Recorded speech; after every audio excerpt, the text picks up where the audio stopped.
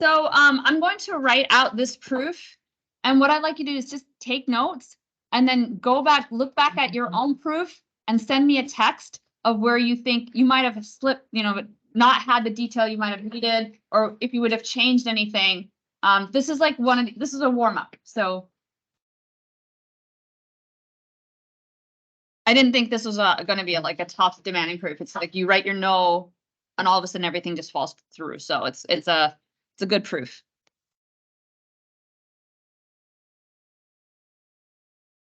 All right, so I should have probably had let A and B and C be integers at the top. I think I copied this straight off of Underwood Dudley's book, but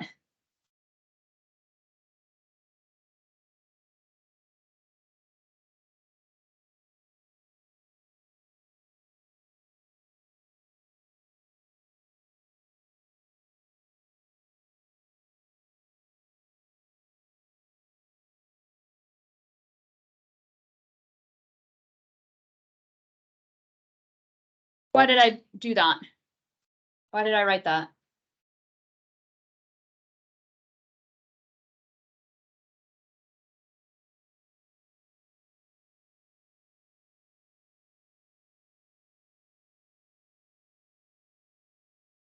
One more time, louder. For the last one that you wrote, you're C again. Oh, A divided C, right.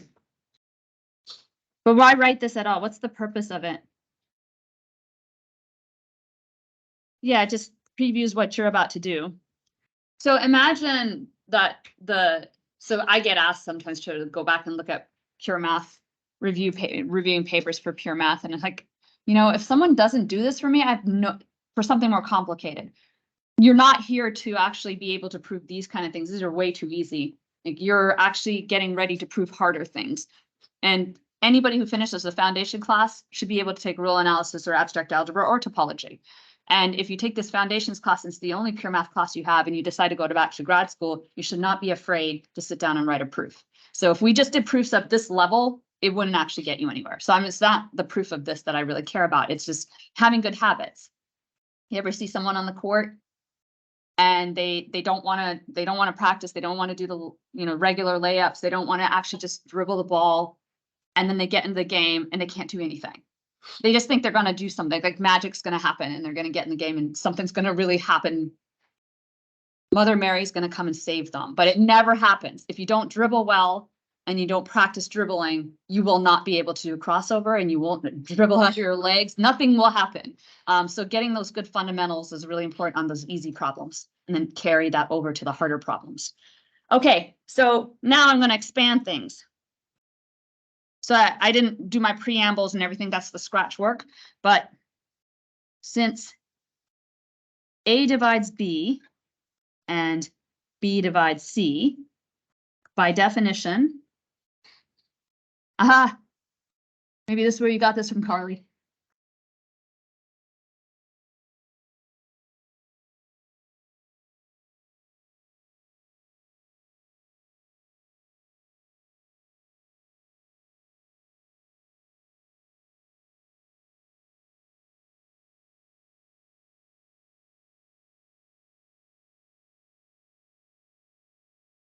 Good habits. I let my readers know I'm using the definition of divides. I let my readers know I have S and T are both, they're defined, they're integers.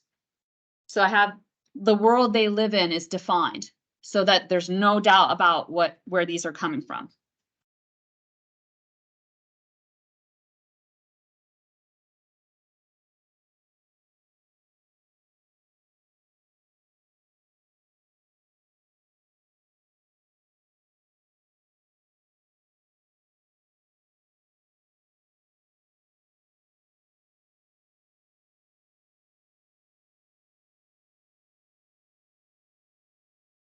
There exists. Thanks. There exists.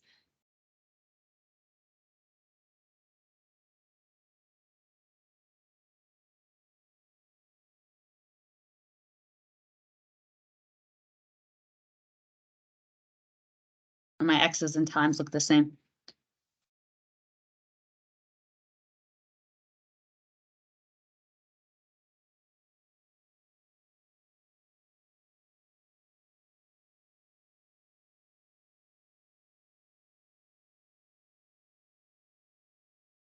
Okay, so I'm gonna go to the next slide, but I know that I'm hyper and I've written this really fast, so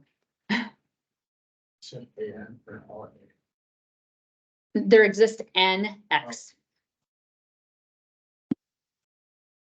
I was gonna say U. I don't know why I said X. X's are bad for me because I have time symbols in there.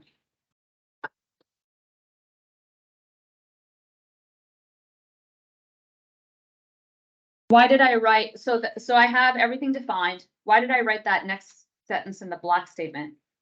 Proofs are not for you, they're for the reader. So what am I doing for the reader? Yeah, what I need to show, and I'm keeping their eye on the prize. Right, so they don't forget what the prize is.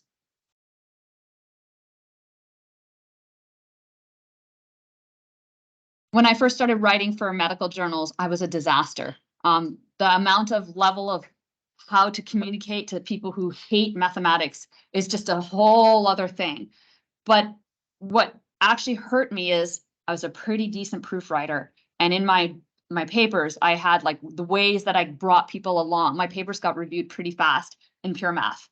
And so I kind of went in with a lot of confidence, maybe arrogance, that this is going to be easy. It wasn't. But I don't think if someone is not able to walk their reader along in math, they're definitely not going to be able to walk their reader along in medicine. All right, so to see why this is true, and Isaac said something interesting, like you should have to write like this in prose form. Well, no. A proof is just something that the reader can follow along with. It's for the reader. And if they can track that star is to look up at that star, that's fine. In books, they'll have like a 1 in brackets next to it so that you can go back and look at it. So you don't have, there's no like one proof style. There can be many proof styles as long as you have everything defined and that checklist, everything on that checklist is whole. That checklist, what we did is we went to proofs that were bad.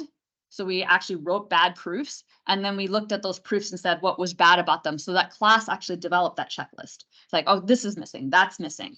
And we also looked a little bit on the internet. There's actually no bad proofs on the internet.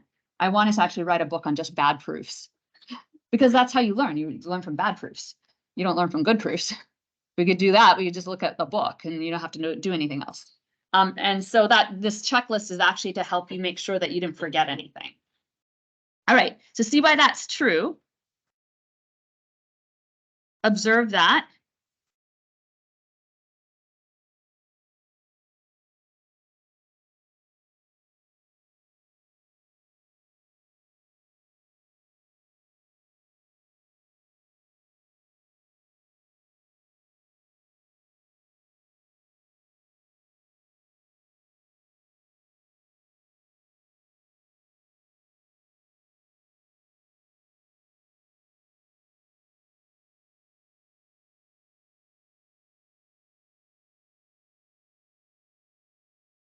That's where I got that from.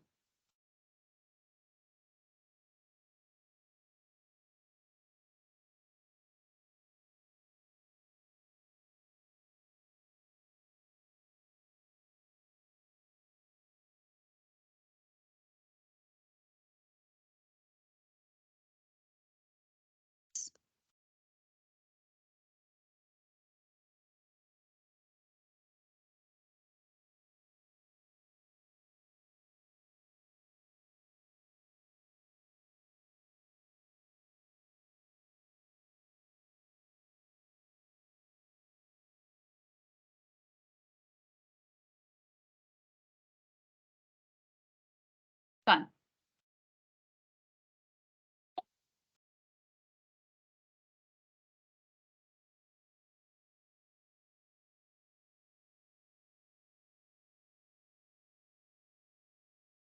By the way, breaking up stuff with different color, that's fine. Like I had a student, Luba Lidman. She would always write her proofs in perfect. They were perfect with different colors to highlight where she was going with things. I just loved reading her proofs. She's now a high school math teacher. I wanted her to go get her PhD. No, I actually started out as a high school math ed major, but then I realized that's a really hard job. You're 90% of the people you teach do not want to be there. That means you're preparing to be a teacher? Say it again? I mean, you were preparing to be a high school teacher?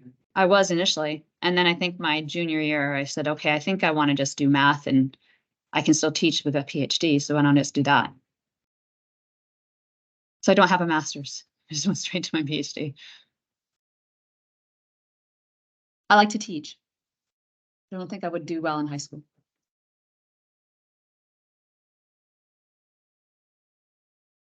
All right. Send me a text. Say, look, I did it differently than you, but I had all those ingredients. I would have added something. Criticize your own proof.